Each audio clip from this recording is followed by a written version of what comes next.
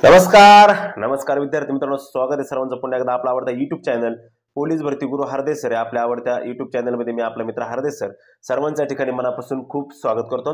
विद्यार्थी मित्रांनो, जिल्हा न्यायालय पोलीस भरती सुरू आहे. जिल्हा न्यायालय भरती सुरू आहे. ते ऍक्च्युली पोलीस भरतीच हे असतं, त्याच्यामुळे मला ते हे झालेलं थोडं. जिल्हा न्यायालय भरती प्रक्रिया सुरू आहे. आताच नगरचा निकाल लागलेला आहे. तुम्हाला माहिती, मुलाखतीसाठी पात्र झालेल्या उमेदवारांची यादी आलेली आहे. अहमदनगर, अहिल्यानगरची, त्याचबरोबर रायगडच्या भरतीवरती परत एकदा इंग्लिशच्या रिझल्ट वरती स्टे आलेला आहे. लक्षात ठेवा, भरपूर रायगडच्या मुला मुलींनी मला ते पाठवलं काल, पण त्या कुठं आला दुसरीकडे पुण्याला. बाळांनो, तो भरतीवर नाही आलेला स्टे, ते त्या रिझल्ट वर स्टे आलाय फक्त. इंग्लिश तात्पुरता इंग्लिशच्या रिझल्ट वरती स्टे येतो, भरतीवरती स्टे नाही येतो. आणि तो स्टे वगैरे नाही. त्याचे दोन रिझन असू शकतात. एक रिझन असं असू शकतं की त्यांना जेवढे मुलं पाहिजेत पुढं पात्रतेसाठी तेवढे कदाचित इंग्लिशमध्ये पात्र होत नसावा, जेवढ्या जागा आहेत तेवढे पण होत नसावं कदाचित, वेटिंग आणि नियुक्ती धरून. आणि दुसरं जे कारण आहे त्याचं सगळ्यात महत्वाचं, ते मला माहित नाही, ते कदाचित त्यांनाच माहित असणार आहे की खरंच कारण काय आहे बाबा, कशामुळे थांबली, काही टेक्निकल इश्यू आहे, हायकोर्टाने काय आदेश दिलेत का काय वगैरे वगैरे, लक्षामध्ये. पण जर असे सगळीकडले थांबणार का? नाही. कारण का जर असं असतं तर रायगडची आत्ता अपडेट आली, लगेच नगरचा पण रिझल्ट आलाय, लक्षामध्ये. ठीक आहे, महत्वाच्या मुद्द्याकडे येतो. आजचा जो विषय आपला तो आहे जिल्हा न्यायालय पोलीस भरती अपडेटचा. तो म्हणजे चारित्र्य प्रमाणपत्र तर लागणारच आहे, मात्र जिल्हा कोर्ट कागदपत्र संपूर्ण माहिती आज या व्हिडिओमध्ये आपण पाहणार आहे. कोणकोणते कागदपत्र आपल्याला लागणार आहे, कशा पद्धतीने कागदपत्र लागणार आहे, कागदपत्र कशा पद्धतीने अटेस्टेड करायचे, कोणाकडे अटेस्टेड करायचे, ट्रू कॉपीचा शिक्का आवश्यक आहे का, चारित्र्य प्रमाणपत्रावरती शिक्का आवश्यक आहे का, चारित्र्य प्रमाणपत्र कोणाचे असावं, चारित्र्य प्रमाणपत्र किती लोकांचं असावं, ही सगळी माहिती आपण आज या व्हिडिओच्या माध्यमातून आपण या ठिकाणी करणार आहे, पाहणार आहे. त्यामुळे व्हिडिओ सर्वांनी शेवटपर्यंत पाहायचा. व्हिडिओला लाईक करायचंय, शेअर करायचं, सबस्क्राईब करायचंय. कोर्ट भरतीचे जेवढे काही ग्रुप असते ना आपल्याकडे, त्याच्यावर माहिती पाठवायची. मला सबस्क्राईब वाढवून नाही, व्हिडिओ पाहिला नाही तरी मला काही अडचण नाही. फक्त का? कारण की भरपूर मुलांपर्यंत माहिती पोहोचत नाही, मुलांना माहिती देणारे खूप कमी आहे. त्यामुळे विद्यार्थ्यांपर्यंत माहिती नाही गेल्यामुळे कोणाचं नुकसान व्हायला नको. त्याच्यामुळे मी तुम्हाला सांगत आहो की तुम्ही त्या पद्धतीनं हे करत चला. ओके, ठीक आहे, चला जास्त उशीर नाही करता पुन्हा एकदा करतो सुरू आपलं महत्वाचं लेक्चर. चारित्र्य प्रमाणपत्र आणि लहान कुटुंबाचं प्रमाणपत्र हे मी तुम्हाला शेवटी आधी कागदपत्रांची यादी सांगतो, नंतर मी तुम्हाला शेवटी ते दाखवेलच. त्यातलं सगळं सांगून कसं भरायचं काय वगैरे. पहिल्यांदा आपण डॉक्युमेंटची जी यादी, ती डॉक्युमेंटची जी यादी ती आपण पहिल्यांदा पाहू, कोणकोणते डॉक्युमेंट्स आपल्याला त्या ठिकाणी आवश्यक आहे. ओके, बघा, जिल्हा न्यायालय लिपिक पदासाठी कोणकोणत्या कागदपत्रांची आपल्याला मूळ आवश्यकता आहे. सगळ्यात पहिलं ते म्हणजे हॉल तिकीटची छायांकित प्रत. आता हे सांगत बसणार नाही मी तुम्हाला की हॉल तिकीट स्क्रीनिंगच्या वेळेचं पाहिजे, ओरिजिनल पाहिजे, कारण आपण मराठी आणि इंग्लिश देणार आहे आता. म्हणजे मराठी तर मोस्ट ऑफ सगळ्यांनी दिलेली, इंग्लिश पण दिलेली बऱ्याच जणांनी. त्याच्यामुळे आपल्याला सर्वांना माहिती का कागदपत्र हॉल तिकीट तेच लागणार आहे का. जे हॉल तिकीट तुम्ही मराठी आणि इंग्लिश टायपिंगला सोबत घेऊन गेलात ते हॉल तिकीट तुम्हाला लागणार आहे. आणि सगळ्यात महत्वाचं म्हणजे अर्जाची छायांकित प्रत. अर्जाची छायांकित प्रत म्हणजे ऍप्लिकेशन फॉर्म. आता सर्वात महत्वाची गोष्ट की आपल्या काही जिल्ह्यामध्ये एकच ऍप्लिकेशन फॉर्म घेतलाय, काही जिल्ह्यांमध्ये दोन ऍप्लिकेशन फॉर्म घेतल्यात. सपोज ठाणे जिल्हा असेल, त्याच्यामध्ये दोन ऍप्लिकेशन फॉर्म घेतलेत. मुलांनी दोन कलर प्रिंटा काढल्या होत्या, त्यांना वाटलं एक कोर्टाकडे जाईल आणि एक आपल्याकडे जाईल, पण कोर्टाने टायमिंगला दोन्ही मागितल्यामुळे दोन्ही तिकडे द्यावा लागल्या. पण आता बऱ्याच विद्यार्थ्यांकडे ऍप्लिकेशन प्रिंट नसणार आहे, मग काय करायचं. हो, मी तर बाद होईन का, काळजी करू नका. ऍप्लिकेशन प्रिंट जर तुमची नसेल तर तुम्ही घाबरून जायचं काही काम नाही. तुम्ही ज्या झेरॉक्सवाल्याला पाठवलं होतं, ज्या मित्राला पाठवलं होतं, त्याच्याकडे जाऊन तिथं त्याच्या चॅटिंग वरती चेक करा, तिथं तुम्हाला तुमची प्रिंट घावेल. आणि जर नाहीच घावली तर फाईलमध्ये जा, डॉक्युमेंटमध्ये जा, डॉक्युमेंटमध्ये जा, कोर्ट सर्च करा, त्याच्यामध्ये तुमची ऍप्लिकेशन प्रिंट असेल. आणि कुणीच घावली नाही, पहिली गोष्ट घावा, पहिली गोष्ट हवी आहे, पहिली गोष्ट पाहिजे आणि अनिवार्यच आहे. पण आता एखाद्याचा काहीच पर्यायच नाही तर घाबरून जायचं नाही. ऑलरेडी तुमच्या दोन प्रिंट त्यांच्याकडे असतात. ऍप्लिकेशन प्रिंटचा अर्थ असा राहतो का ज्यावेळेस आपण मुलाखतीला बसणार आहे त्यावेळेस आपलं पूर्ण बायोडाटा म्हणजे आपली ऍप्लिकेशन प्रिंट असते का जी प्रिंट त्यांच्याकडे असणार आहे. आज सर्वांनी ऍप्लिकेशन प्रिंट व्यवस्थित चेक करून घ्या का आपण जे ऍप्लिकेशन प्रिंट मध्ये टाकले तेच आपल्या फाईलमध्ये आहे का. ओके, दोन झाले, हॉल तिकीट किंवा आणि ऍप्लिकेशन प्रिंट हे पाहिजेच, दोन्ही महत्वाचे. नंतर जन्मतारखेचा दाखला. आता जन्मतारखेचा जो दाखल्याचा दाखला किंवा पुरावा. मग आता जन्मतारखेचा दाखला म्हणजे आता तुम्ही बरेच जण शाळा शिकत असणार आहे, महाविद्यालयात असणार आहे, मी पण कॉलेजला आहे, माझा टीसी कॉलेजमध्ये, माझ्याकडे काही टीसी नाही माझ्याकडे. मग अशा वेळेस काय करायचं, तुम्ही एकतर बोनाफाईड घेऊ शकता कॉलेजचं, नसल तर शाळा सोडल्याचा दाखला, तुमचा जन्म दाखला, टीसी, एलसी, नाहीच काही तर माध्यमिक शाळा प्रमाणपत्र म्हणजे आपल्या 10वीचं बोर्ड सर्टिफिकेट जे असतं त्या 10वीचं बोर्ड सर्टिफिकेट असलं तरी ते तुमचा जन्म दाखला म्हणून पुरावा म्हणजे तो ग्राह्य धरला जातो, त्याला काही अडचण येत नाही. ही गोष्ट पहिली क्लिअर करतो तुमची. लक्षामध्ये त्याला काहीच अडचण येत नाही. लक्षामध्ये काही अडचण येत नाही त्याला. पण शक्यतो ज्यांना LCTC अवेलेबल होऊ शकतात त्यांनी शक्यतो ते अवेलेबल करण्याचा प्रयत्न करा. कारण का कोर्टाला जेवढी अॅक्युरसी चांगली भेटेल, कोर्टाला जेवढी पारदर्शकता तुमच्यामध्ये राहील, कोर्टाला जेवढे कागदपत्रामध्ये तुमची जुळवाजुळव असेंब्ली व्यवस्थित राहील तेवढं तुमच्या मुलाखतीला त्याचा फरक पडणार, त्यात कुठल्याच प्रकारची शंका नाही. त्यानंतर पुढं डोमासाईल आदिवास राष्ट्रीयत्व दाखला. एकतर डोमासाईल लागेल मध्येच आदिवास आणि राष्ट्रीयत्व दाखला किंवा नॅशनॅलिटी याच्यापैकी कोणताही एक चालेल. परंतु कोणताही विद्यार्थी का ज्या विद्यार्थ्याकडे डोमासाईल हे 100% कंपल्सरी असतंच. कारण आपण 12वी पास झाल्यानंतर पुढील शिक्षणासाठी आपण nationality, domicile, income certificate, non criminal सगळं काढतो ना, त्याच्यामुळे डोमासाईल असेल आणि तो असावाच आणि असणं गरजेचंच आहे. कारण तू महाराष्ट्राचा रहिवासी समजलं पाहिजे म्हणून डोमासाईल असणं गरजेचं आहे. चला त्याच्यापुढे जातीचा दाखला किंवा वैधता प्रमाणपत्र असतेच. आता जातीचा दाखला किंवा वैधता प्रमाणपत्र म्हणजे जातीचा दाखला जर असेल, लक्षात ठेवा जातीचा दाखला जर तुमच्याकडे असेल तर जातीचा दाखला असेल नव्हे, जर तुम्ही ओबीसी, SC, ST, NTC कोण ज्या जातीतून आपण फॉर्म भरलाय, आपल्या ऍप्लिकेशन फॉर्मवर ज्या कास्टमधून आपण फॉर्म भरलाय त्या कास्टचा तुम्हाला कास्टचा दाखला लागेलच. लक्षात ठेवा तो दाखवावाच लागेल. कारण की जरी न्यायालय भरती ही ओपन पेस होत असेल, म्हणजे ओपन होत असेल, कुठल्याही प्रकारचं आरक्षण जरी नसेल, सर्वांना समन्याय दिसत असेल किंवा देत असेल, तरी पण तुम्ही ओबीसी निवडलाय याचा अर्थ तुम्ही जी 1000 रुपये फी होती ती 900 रुपये भरलेली. ज्यांनी ओपन केले त्यांनी 1000 रुपये फी भरली. ज्यांनी SC, ST, OBC केले त्यांनी 900 रुपये फी भरली. म्हणजे त्यांनी फी मध्ये सवलत घेतली. म्हणजे तू फी मध्ये सवलत घेण्यास पात्र आहे ना? हो आहे. पण कशामुळे? का कॅटेगरीमुळे. मग तो दाखला तुला तिथे दाखवणं गरजेचं आहे. ओके. त्यानंतर आधार कार्ड, पॅन कार्ड, वाहन चालवण्याचा परवाना, आधार कार्ड लागेल, पॅन कार्ड लागेल किंवा लायसन यापैकी एक कोणतंही का जे तुम्ही फाईलला अटॅच केलेले आहे, तुमच्या ऍप्लिकेशन फॉर्मला अटॅच आहे ते तुम्हाला तिथे लागेल किंवा ऍप्लिकेशन भरताना ते तुम्ही केले ते. त्यानंतर सर्वात महत्वाचं म्हणजे हे 4 प्रमाणपत्र: 10वीचं प्रमाणपत्र, 10वीचं गुणपत्रक, 12वीचं प्रमाणपत्र, 12वीचं गुणपत्रक. 12वीचं गुणपत्रक तर लागणार म्हणजे लागणारच. 10वीचं गुणपत्रक लागणार आणि 10वीचं प्रमाणपत्र कंपल्सरी लागणार, मॅन्डेटरी. 12वीचं प्रमाणपत्र नसलं तरी काही अडचण नाही, पण 10वीचं बाकी प्रमाणपत्र लक्षात ठेवा मॅन्डेटरी, डायरेक्ट कंपल्सरी 10वीचं प्रमाणपत्र या ठिकाणी तुम्हाला काय लागणार आहे. आणि लक्षामध्ये इथपर्यंत कळली माहिती. इथपर्यंत जर माहिती समजली असेल तर सर्वांनी चॅनलला सबस्क्राईब करून घ्या, शेजारील बेल आयकॉन पण प्रेस करा आणि लाईक करा. आणि लक्षामध्ये आणि व्हिडिओ आपल्या मित्रांपर्यंत पण शेअर करा, कारण खूप महत्वाची माहिती. 10वी, 12वी बोर्ड सर्टिफिकेट आणि बोर्ड रिझल्ट आणि लक्षामध्ये म्हणजे 10वीचा निकाल आणि 10वीचं सर्टिफिकेट, 12वीचा निकाल आणि 12वीचं सर्टिफिकेट सगळे कंपल्सरी. त्यानंतर पदवी प्रमाणपत्र. पदवी प्रमाणपत्र ऍक्च्युअली तुम्ही फॉर्म भरलाय लिपिक पदासाठी, म्हणजे तुमचं ग्रॅज्युएशन झालेलं आहे सर्वांचं.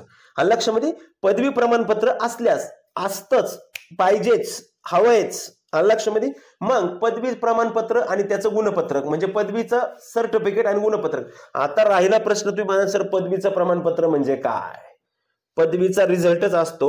प्रमाणपत्र म्हणजे ते चुकून जे येतं कॉन्व्होकेशन सर्टिफिकेट आपल्याला ते नाही. ते असेल तर उत्तमच आहे, पण ते नाही. ज्या वेळेस आपला पदवीचा म्हणजे ग्रॅज्युएशनचा, पोस्ट ग्रॅज्युएशनचा रिझल्ट लागतो त्यावेळेस तो जो निकाल आपल्या हातात येतो त्या निकालासोबत एक छोटस युनिव्हर्सिटी ऑफ पुणे नावाचं इटकरी कलर मधलं एक सर्टिफिकेट येत असतं, इटकरी कलर मध्ये. आणि त्याच्यावर आता युनिव्हर्सिटी ऑफ पुणे सर्टिफिकेट असं नाव राहतं. एक छोटं राहतं, एवढं राहतं छोटस, ते तुम्हाला सोबत लागेल.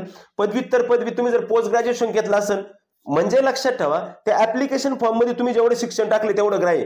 आता तुमचं सपोज तुमचं बीकॉम झालेलं आहे, तुम्ही बीकॉमच्या वेळेस फॉर्म भरला पण एमकॉम टाकलं नव्हतं, तुम्ही होतं पण टाकलं नव्हतं, तुम्ही आता म्हणले सर मी एमकॉमचे देऊ का मुलाखतीला, मला फायदा होईल का? नाही. जे ऍप्लिकेशन फॉर्म मध्ये ते ग्राह्य धरले जातील. त्याचा अर्थ असा होतो की तू जेव्हा फॉर्म भरला त्यावेळेस तू एवढा पात्रतेचा होता. ओके. त्यानंतर पुढे सांगितलं पदव्युत्तर पदवी म्हणजे तुमचं जर ग्रॅज्युएशन तर असेलच, पण पोस्ट ग्रॅज्युएशन जर असेल तर तुम्हाला पोस्ट ग्रॅज्युएशनचं प्रमाणपत्र आणि गुणपत्र टाकणं गरजेचं आहे. सगळ्यात महत्वाचं म्हणजे MSCIT संगणक प्रमाणपत्र. MSCIT आपल्याला देणं गरजेचं आहे. लक्षात ठेवा MSCIT देणं गरजेचं आहे. टंकलेखन, लघुलेखन, काय टंकलेखन व लघुलेखन निकालपत्र सगळ्यात इम्पॉर्टंट, व्हेरी IMP का याची गरज लागेलच आणि याची गरज हवीच आहे, ते म्हणजे Marathi typing 30, Marathi typing 30 English typing 40 आणि इंग्लिश टायपिंग 30 हे 3 सर्टिफिकेट आपल्याला कंपल्सरी कोर्टाला सादर करावं लागणार आहे. लघुलेखनवाल्यांचं त्यांनी केलं असेल. त्यानंतर 2 व्यक्तीचं चरित्र प्रमाणपत्र म्हणजे चरित्र प्रमाणपत्राच्या झेरॉक्स नाही, चारित्र्य प्रमाणपत्र जे आहे ते मूळ पाहिजे, ओरिजिनल, त्याची झेरॉक्स कोणीही करायची नाही. 2 प्रिंट करायच्या, ते मी सांगतो तुम्हाला शेवटी, ते सगळं सांगतो, दाखवतो. आणि शेवटी लहान कुटुंबाचं प्रतिज्ञापत्र ते पण सांगतो, त्याच्याबद्दल पण माहिती देणार आहे मी, व्हिडिओ पात्र त्याच्याबद्दल पण माहिती देतो. आणि हमीपत्र, मूळपत्र. आता हे हमीपत्र जे आहे, हे हमीपत्र म्हणजे काय, हे काही नसतं. हमीपत्र म्हणजे ज्यावेळेस त्यांच्याकडे असतं ते मायना असतो की मी असं करेल, मी सूचनांचे पालन केले, मी हे केलं ते केलं, ते सही करायची असते, ते घेतील भरून, त्याचं आपल्यापाशी काही नसतं. आलं ते कोर्ट भरून घेईल, किंवा जर कोणाला भेटलं काय असेल तर करा, कारण हमीपत्राबद्दल काय आयडिया नाही.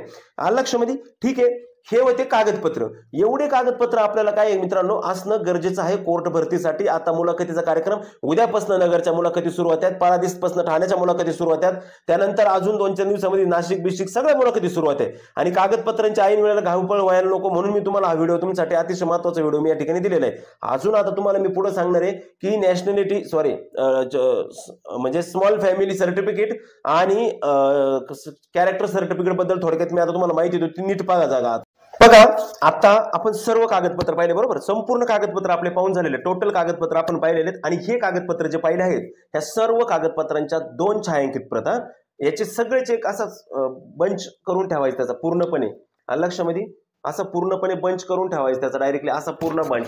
म्हणजे हे झेरॉक्स तुम्ही तुमच्या पुढे गेल्यानंतर डायरेक्ट असे ओपन झाले पाहिजेत. लक्षामध्ये हे पॅसेज आहेत, पण सांगतो तुम्हाला, लक्षामध्ये डायरेक्टली असं त्यांना असं पाहता आलं पाहिजे फास्टमध्ये, अशा पद्धतीने करून ठेवायचे. 2 एकदम प्रॉपरली व्यवस्थित. ऍप्लिकेशन प्रिंट वरून फिट करायची, ऍप्लिकेशन प्रिंट वरती टाकायची, आणि सगळ्यात शेवटी टाकायचं ते म्हणजे तुमचं लहान कुटुंबाचं प्रमाणपत्र, आणि त्याच्या अगोदर टाकायचं कॅरेक्टर सर्टिफिकेट, आणि मग आधी मध्ये तुमचं सगळं एज्युकेशन टाकायचं. सिक्वेन्स प्रॉपर लावायच्या, 10वी प्रमाणपत्र, 10वी 12वी graduation, post graduation, MSc tally typing काय असेल ते वगैरे वगैरे, अशा पद्धतीने सिक्वेन्स लावायच्या. लक्षामध्ये, कारण आता आपण जे विद्यार्थी सिलेक्ट झाले, जे विद्यार्थी क्वालिफाय झाले, हे अंतिम टप्प्यात आलेले आहेत. आता लक्षामध्ये पूर्णपणे अंतिम टप्प्यामध्ये आलेले आहेत. त्याच्यामुळे आता इथून पुढे काही चुका जर झाल्या तर त्या चुका तुम्हाला महागात पडू शकतात किंवा घातक ठरू शकतात. त्याच्यामुळे थोडं करताना ॲक्युरेट करायचं, पारदर्शकता आली पाहिजे. आपल्या कागदपत्र सुद्धा टापटिपपणा असला पाहिजे. नाही तर आपण ते रोजगार मेळाव्याला जातो कंपन्याचे, तसं नका करू. ते गेलं का फाईल उघडायची, मग इकडून उघडन, इकडून वडन, तिकडून वड, फाईल उघडलं 2-4 खाली पडायचे, असं नाही. ठीक आहे. आता आपण मूळ मुद्द्यावर बोलतो, ते म्हणजे जे प्रमाणपत्र संदर्भात मी तुम्हाला बोललो होतो, ते प्रमाणपत्र पहा आधी. आता हे लहान कुटुंबाचं प्रमाणपत्र आहे बाळांनो, आणि हे जे लहान कुटुंबाचं प्रमाणपत्र आहे ना, हे कोणासाठी मित्रांनो ऐका. हे लहान कुटुंबाचं प्रमाणपत्र जो नियम 2005 आहे, हा कशासाठी मित्रांनो लक्षात ठेवा, की तुम्हाला अपत्ये 2च आहेत का, नसलं तरी चालेल, तुमचं लग्न नसलं झालं तरी चालेल, 1 असलं तरी चालेल, 2 असलं तरी चालेल, मुलं असले तरी चालतील, मुली असले तरी चालतील, पण 2 पाहिजे. 2005च्या नंतर, 2005च्या पूर्वी नंतर मात्र लक्षात ठेवा, म्हणजे 2005चा नमुन्यानुसार, ते ऍक्च्युअली ते 1च आहे तसं, पण 5चा नमुना आहे तो. लक्षामध्ये मग ते का भरून घेतात का, मी अनमॅरिड, जो अनमॅरिड आहे त्याच्यासाठी हे प्रमाणपत्र जरी नसलं तरी चालतं. पण लक्षात ठेवा, हे प्रमाणपत्र जनरली सर्वांनी 100% अनिवार्य आहे, सर्वांनी घेऊन जायचं. जो अनमॅरिड त्याला करायचंच काय, विवाहित नाही, संपला विषय. पुढे मुलांची संख्या 0 येणार, विषय संपला. मग त्यांनी काय सांगितलं, सपोज आता या ठिकाणी मी घेतो बघा, श्रीमती श्री, सपोज या ठिकाणी घेतलं आपण श्यामकुमार शिवाने म्हणजे राजपूत, असं आपण घेतले. ओके. श्री यांची मुलगा मुलगी पत्नी वय 22 वर्ष राहणार, याद्वारे पुढील प्रमाणे जाहीर करतो की मी लिपिक या पदासाठी अर्ज दाखल केलेला आहे. आज रोजी मला 0 इतकी हयात मुले आहेत, त्यापैकी दिनांक 28 मार्च 2005 यानंतर जन्माला आलेल्या मुलांची संख्या ही 0 आहे. जर तू हे असेल मॅरिड असेल तरच तो संख्या टाकू शकतो, नसेल तर 0 करू शकतो. म्हणजे ते कळलं ना तुम्हाला. आता मला काय सांगायचं, आणि एखादा म्हणून सर मला 3 आहेत, आता काय करायचं, 3 असले तरी चालतील, पण ट्विन्स पाहिजेत. लक्षामध्ये, म्हणजे पहिल्या वेळेसचं 1 बालक आणि दुसऱ्या वेळेचे 2 बालक, असे 3 बालक जरी असले तरी चालतील, त्याला काही प्रॉब्लेम नाही. लक्षामध्ये, हयात मुलांची संख्या 2 पेक्षा अधिक जर असेल तर दिनांक 28 मार्च 2006 व त्यानंतर जन्माला आलेल्या मुलामुळे या पदासाठी मी अनर्ह ठरवण्यास पात्र होण्याची मला जाणीव आहे. त्याच्यामुळे हे सगळे याचं ठिकाण टाका, सही बी तुमची सगळं करून घ्या, ज्याच्याकडून तुमचे सगळं करून तुमच्या जबाबदारीवरती ते स्वतःने द्यायचे. हे होतं तुमचं फॅमिली सर्टिफिकेट, स्मॉल फॅमिली. आता याच्याकडे लक्ष द्या. हे सर्टिफिकेट काय, आता चारित्र वर्तणूक प्रमाणपत्र. प्रमाणित करण्यात येते की श्री कुमार कुमारी ओके सपोज श्याम कुमार राजपूत हे या गावातले तालुका कन्नड जिल्हा संभाजीनगर येथील रहिवासी असून मी त्यांना मागील कमीत कमी 5 वर्ष घ्या, कमीत कमी 4-5 वर्षापेक्षा जास्त घ्या, लक्ष 20 घेतलं तरी चालेल, 15 चालेल, 10 चालेल, पण कमीत कमी 5 वर्षापेक्षा तुमचं वर्तणूक कशी आणि वर्तणूक ज्याची चांगली त्याच्याकडूनच घ्या हे ध्यानात ठेवा. नाही तुम्ही कॅरेक्टर सर्टिफिकेट आशा का आणायचं, त्याचंच कॅरेक्टर अवघड त्याच्याकडे घेऊ, तुम्ही चांगल्या माणसाकडून कॅरेक्टर सर्टिफिकेट घ्या. त्याच्यानंतर सर्वात महत्वाचं म्हणजे की रहिवासी असून मी त्यांना मागील 5 वर्षापासून ओळखतो, त्यांची वर्तणूक व चारित्र्य चांगलं आहे आणि ती माझे नातेवाईक नाहीत करिता सदरील वर्तणूक चारित्र्य प्रमाण देण्यात येईल. ओके दिनांक आणि आता लक्ष द्या, इकडे लक्ष द्या, जी गडबड आहे दिनांक टाकायची, ठिकाण टाकायचं, तुम्ही ठिकाण म्हणजे आपापल्या गावाचं वगैरे. आता प्रमाणपत्र देणाऱ्याचं काय काय सांगितलं त्यांनी, नाव सांगितले, हुद्दा सांगितलाय आणि सही सांगितली. शिक्का सांगितलाय का नाही, मग तुम्ही शिक्का घेऊ शकता, शिक्का अनिवार्यच आहे, शिक्का घ्याच.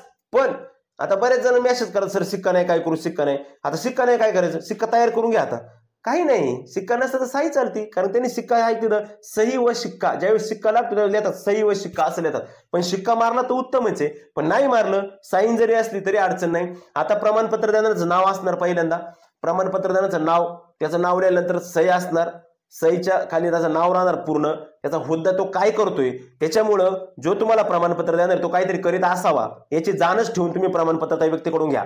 पत्ता, त्याचा पत्ता प्रॉपर पत्ता तो कुठला असला तरी चालेल, पण शक्यतो आपल्याला ओळखणारे 5-5, 10-10 वर्षापासून ओळखणारे हे जे असतात ते आपल्या गावातले असतात. आपल्या गावातले पोलीस पाटील असेल, आपल्या गावातला सरपंच असेल, उपसरपंच असेल, ग्रामपंचायत सदस्य असेल, कोणाचंही घेतलं तरी चालतं. आणि या चारित्र्य प्रमाणपत्राला मी परत सांगतोय, तुम्ही तुमच्या मित्राचं जरी घेतलं ना तरी चालतं, मैत्रिणीचं घेतलं तरी चालतं, फक्त ब्लड रिलेशन मध्ये कोणाचं चारित्र्य प्रमाणपत्र घ्यायचं नाही, कारण का तुमचं चारित्र्य खराब जर असेल तरी ते चांगलेच असं म्हणणारे, म्हणून ते बाहेरच्याकडून घ्यायचे. लक्षामध्ये समजलं. आणि ते चारित्र्य प्रमाणपत्र काय घ्यायचे हे मी आता डायरेक्टली काही गोष्टी नाही सांगू शकत तुम्हाला. जर उद्या भविष्यात तुम्ही जॉईन झालात क्लर्क म्हणून आणि तुम्ही जर तिथे गेल्यानंतर काही चाळे झाले तुमच्याकडून, येडी चाळे किंवा काहीतरी प्रॉब्लेम आला, तर मग त्यावेळेस ते त्याला विचारू शकतात प्रमाणपत्र देणाऱ्याला, तुम्ही तर बोलले का मी याला 5-10 वर्षापासून ओळखतो, त्याचं चारित्र्य चांगलं होतं, मग आता काय झालं, त्याच वेळेस तो प्रॉब्लेम होऊ शकतो, इतर वेळेस काही होत नाही. त्याच्यामुळे प्रमाणपत्र कोणाचंही घेता येईल. माझं शिपायाच्या जाताना बऱ्याच जणांनी माझं पण नेलं होतं, कारण मी त्या मुलांना ओळखीत होतं कमीत कमी 5-10 वर्षापासून, त्याच्यामुळे जमून जातं. एक सही शिक्का आणि थोडासा माणूस हुद्द्यावर असावा, काहीतरी हुद्दा असला पाहिजे, त्याचा काहीतरी करत असला पाहिजे, नसला काही करीत तर काय नाही, पण काय करीत असा. आणि हो, सर्वात महत्वाचं म्हणजे अटेस्टेड, जे काही मी आता तुम्हाला कागदपत्रांची फाईल दिली ते अटेस्टेड करायची. अटेस्टेड करत असताना तुम्हाला आता मी जस्ट फाईल ठेवून दिली, मी दाखवलं असतं, ते अटेस्टेड केल्यानंतर त्यांचा शिक्का पडतो आणि साईन पडते ज्याच्याकडून अटेस्टेड करणं त्याच्यावर, आणि त्याच्यात अजून एक पट्टी शिक्का राहतो, त्याच्यावर नाव ट्रू कॉपी. ते ट्रू कॉपी जे आहे ना तो शिक्का मारून घ्या, सगळ्या ट्रू कॉपी करायच्या असतात, लक्षात ठेवा. टोटल याच्यावर ट्रू कॉपी मारून घ्यायची, जेणेकरून आपल्याला पुढे काही अडचण यायला नको. समजलं? धन्यवाद.